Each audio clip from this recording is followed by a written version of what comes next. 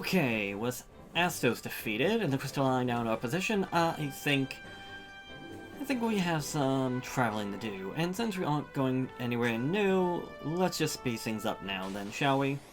First we need to go back to the Elf Kingdom to go get our ship. Use that ship to sail up a lake towards the Kingdom of Cornelia, and pass that to find where the old witch Matoya lives.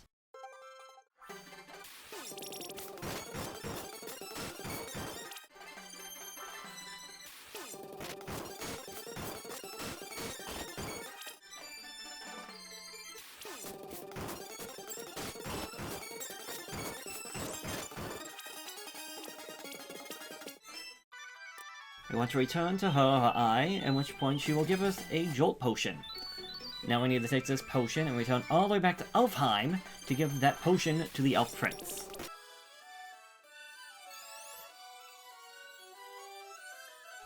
With the Elf Prince cured, he will give us the Mystic Key, and with that, all the doors that were once blocked to us are now open. So, why don't we go start by unlocking the doors that were blocked to us on this part of the world, starting with the Western Keep, where we started. So inside the keep we'll find 3 chests. Going from left to right, we'll start with the first chest, which will contain our first of a few new enemies in this episode, the Mummy. They only have about 80 points of HP, but they will give you 300 experience and 300 gil per Mummy. And inside the chest we find ourselves a Power Sap. A decent weapon for Ori the Black Mage. Now if we move on to the middle chest, we'll find the second new enemy, Wraith. With 86 points of HP, they will give you 231 points of experience in Gil. So, having a little bit more HP, but less of everything else, which is odd. The middle chest will contain the sword, the Falchion, I believe that it's pronounced.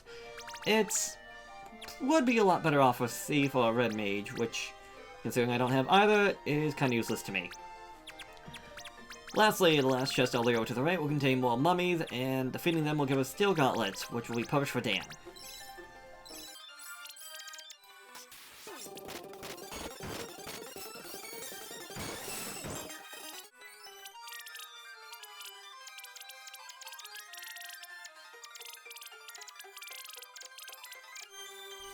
Now, with the keep done, let's go back down south towards the Marsh Cave. All we have to do is go all the way down to the bottom floor, because we have a few rooms all the way into the back of the cave for us to open.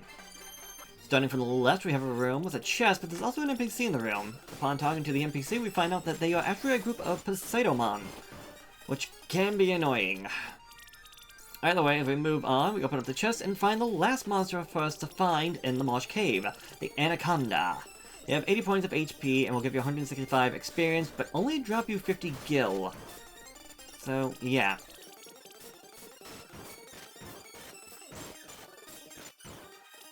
Anyways, with the snake's gone, we got ourselves a silver armlet, which will be very good for my mages, especially Ori, as he has the lowest amount of HP, so a little bit squishy.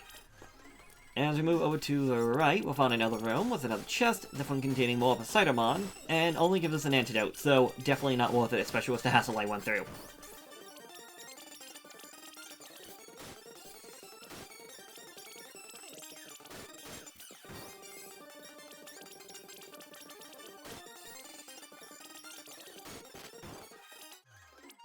The third room is empty, but at least has some interesting looking statues in the room.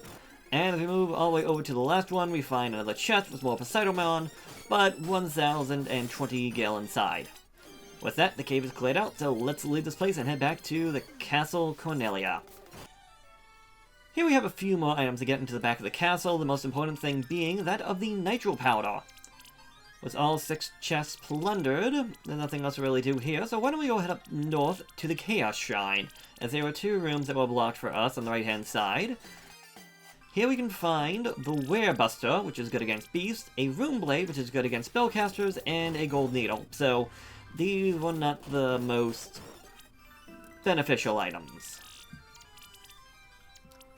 Either way, now that we're done with the chest, we really don't have or know of a way to actually continue on with the story, so how about we head back to the ship and search around the lake a little bit. If we head over to the northwest side of the lake, left of Cornelia, we'll find ourselves another dock that we haven't been to before, and if we look around, we will be able to find ourselves a cave. Entering that cave, we'll actually find out that it is not a dungeon, but instead the home to dwarves.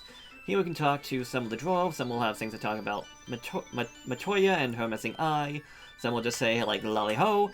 One actually talks about wanting to make a sword, but he needs adamantite. And along with that, a few other people have their own little things to talk about. If we, however, decide to explore their domain, we can find a room all the way in the back of the cave, with a few more items for us to get. I think the only thing I've noticed was a new helm. And we also find another dwarf who actually really wants that nitro powder that we have on us. By giving him the nitro powder, he said that he wants to essentially blow up the lake and create a canal. So, for whatever reason, we give him that. He blows everything up inside his own house, and miraculously, the dwarven mine does not flood, but instead now we have a new way out past the continent over to another part of the world, which is now available to us.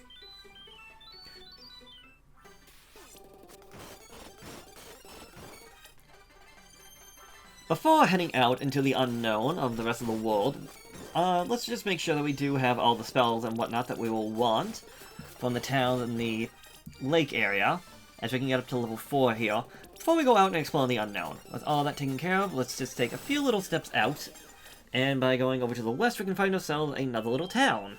And as we go inside this town, we find that, yeah, this place just doesn't look that great. Although we can find ourselves a new shop, get ourselves some more magic, armor, and weapons, this town, yeah, the land is dying, and this town is just filled with graves all around the town. We can talk to the people, get some more information, find some interesting looking character all the way in the top right, but the most important piece of information that I can find here is someone talking about the fact that there is a giant close by that eats rocks and gems, while another one is telling us about a vampire that is stealing the power of the Earth Crystal at the, quote, Devil's Tail. So, that's where we're going to be heading off to. Off to the Devil's Tail to see if we can stop this vampire, save the crystal, and help this town.